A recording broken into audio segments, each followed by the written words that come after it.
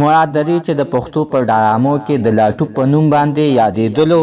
د ځان ته په پښتو په نړۍ کې یو غټ نوم پیدا کړو چې د هغه جنازه په پیښور کې وشوله. د سره په جنازې په ټیم کې داسې څه کار شوی چې د هغه ملګري او دوستان ټول ډېر زیات سخت خفه وو. یو داسې راز چې د هغه ملګرو او اسماعیل شاهید بیان کړلو چې داسې کم یو راز دی. زموږ دا ویډیو د سره تر اخره پورې ګوره چې تاسو ته پوره معلومات در ورسیږي. د دې معلومات نه مخکې زه تاسو ته دا یادګي نه وکړم، تاسو کو چارې زموږ په دې سوپر کلیک چینل کې نوي وي او چینل هم نوي سبسکرایب کړئ، مهرباني وکړئ زموږ عمده چینل د سره سبسکرایب کړئ، خوا کې وساره د ټلې نشان ووهئ چې هر یوه نوي معلومات ویډیو تاسو ته په اسانۍ باندې در ورسیږي. مینوال دا به تاسو ته هم معلومه وي چې د پښتو په نړۍ د پښتو سندرې هم اوري او پښتو مزاحیه ډرامې هم ګوري، خو دا چې کله بیمار شي نو دوی ته بیا په ښو سترګو باندې نه ګوري، ځکه چې مراد کریم عمده که واضحه کړې وه او ویلو په انټرویو کې چې یعنې زما سویمه میاشته زه په کار کې پروت یم او زما څوک تپوس هم نه کوي او نه راسه تر اوسه پورې چا څه مدد کړی غیر د اسماعیل شاهید نه. اسماعیل شاهید ما سره په مخکې نه هم ډېر مددونه او ډېر منډې تللې راسره وادي دي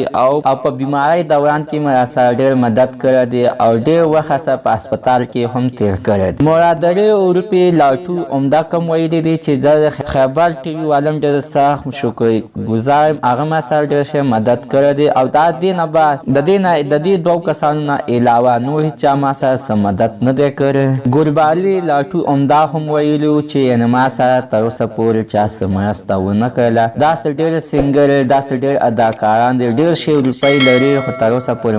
ما سره چا څه مدد ونه کړو. درې اوروپي بالې وایي چې دومره مجبوره شوې ومه چې په کور کې مې ټي وي سیډي سامانونه ټول هر څه مې خرڅ کړل او د ځان د علاج دپاره دا څکه چې لوښي مې هم خرڅ کړي دي د خپل د علاج دپاره، ځکه چې زما نه علاوه بل څوک د ګټې زموږ په کور کې نه و چې ما به وګټلې نو دوی به ما ماشومانو به وخوړل. د ګلبالي جنازه چې کله پیښور کې وشوله او هغه چې کله خاورې ته وسپارل شو په دغه ټایم کې اسماعیل شاهید هم موجود و. د ګلبالي په ژوند او په مرګ باندې ډېر ښایسته تفصیلات یې وکړل او ډېرې خوږې خبرې پرې وکړې. داسې ډېر فنکاران د ګلبالي مرګ باندې په غم باندې ډېر غټ اظهار وکړو او ویلي دي چې دا یو ښه اداکار و، ډېر مزاحیه و، نه ینم چې داسې بل مزاحیه پیدا شي. او نن هم ګلبالي پسې اسماعیل شاهید ډېر زیات خفه دی او وایي چې زه اوس هم چې داسې په میپل یا په حجره څه کې کښېني نو وایي چې مرادري وروپې ګلبالي چې ما سره وې نو څومره به ښه وې چې هغه همیشه ما ځان سره ښځې ته بوتلی دی او زه یې د خندا نه وجلی یم. ګلبالي چې د ما نه تللی دی نو د هغې نه بعد داسې کس ما سره نه دی پیدا شوی چې ما وخندوي. الله تعالی دې ګلبالي ته جنتونه ورکړي. نوالو په ګلبالي کې دا ټولې خبرې